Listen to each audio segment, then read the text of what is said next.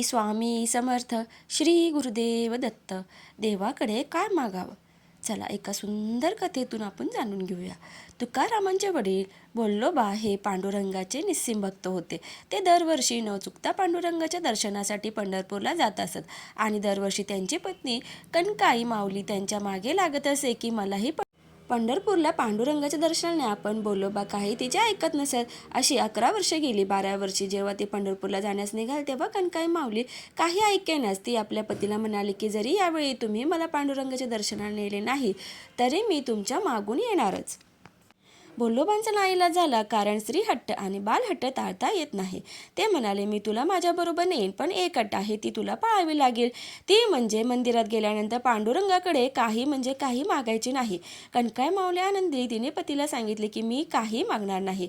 पती पत्नी पंढरपुरास निघाले. तिथे पोचल्यानंतर कनकाई माऊली मनाशी विचार करत चालली होती की आज आलोच आहोत तर पांडुरंगाचे दर्शन घेऊ आणि पंढरपूरही पाहू. यात्रेतली बांगड्यांची खेळण्यांची दुकाने हरकून पाहत ती बोल्लोबांच्या मागून चालत असल्याने त्या दोघांत अंतर पडले. बोल्लोबा पुढे निघून गेले आणि कनकाई माऊली मागेच राहिली.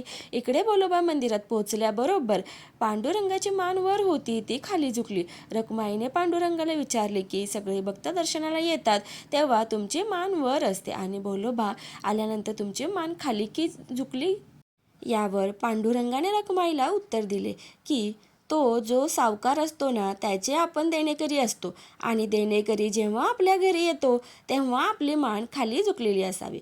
म्हणजे बघा, बोल्लोबांनी पांडुरंगाची निस्वार्थपणे इतकी भक्ती केली की प्रत्यक्ष देवच त्यांचा देणेकरी झाला. बोल्लोबा भक्तीचे डिपॉझिट्स करीत राहिले, मागणीचे विड्रॉवल कधीही केलेच नाही.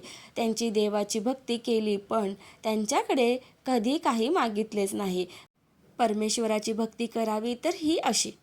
इकडे बोल्लोबा पांडुरंगाचे दर्शन घेऊन मागल्या दाराने बाहेर पडले आणि पुढल्या दाराने कनकाई माऊली देवळात आली. तिने पांडुरंगासमोर हात जोडले आणि एकटक देवाकडे पाहत राहिली. तो क्षण साधून पांडुरंगाने तिला विचारले, बोल, तुला काय पाहिजे? कनकाई माऊली विचारत पडली की आता काय करावे? पतीची आज्ञा तर मोडता येत नाही, पण मनुष्य मोठा हुशार प्राणी आहे बरं का. चातुर्य कुठे व कसे वापरावे हे त्याला बरोबर कळते. तिने मनाशी पुन्हा विचार केला की पतीने सांगितले की देवाकडे काही मागू नकोस, पण हे कुठं सांगितले की देव जर स्वतःहून काही देत असेल तर घेऊ नकोस. ती पांडुरंगाला म्हणाली, पोटी संतान नाही. देव म्हणाला, जा निश्चिंतपणे घरी, तुला मुलगा होईल. ती खूप आनंदली. हवं ते मिळाल्यावर माणूस देवाला जरा जास्तीच प्रदक्षिणा घालतो नाही का?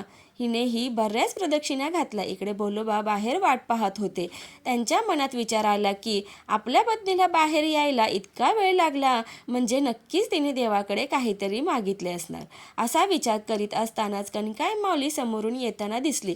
तिने त्यांना देवळातला सगळा वृत्तांत सांगितला. ते सारे ऐकता क्षणीच बोल्लोबा तिला घेऊन पुन्हा देवळाकडे निघाले.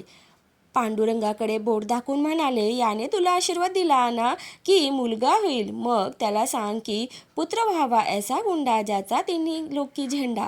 जर मला तू पुत्र देणारच असशील ना तर तुझी भक्ती करणारा, श्वासागणिक तुझेच नाम जपणारा, अखंड निष्कामतेने व निस्वार्थीपणे तुझी सेवा करणारा आज्ञेचा पुत्र दे. आणि नंतर तुकोबारायांचा जन्म झाला, ज्यांचा नावाचा डंका आजही वाजतो. फळाची आशा धरून देवाची भक्ती कधी करू नये आणि जर काही मागण्याची वेळ आलीच तर ही अशी असावी मागणी.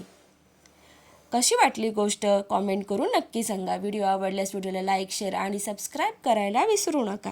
धन्यवाद. श्री स्वामी समर्थ.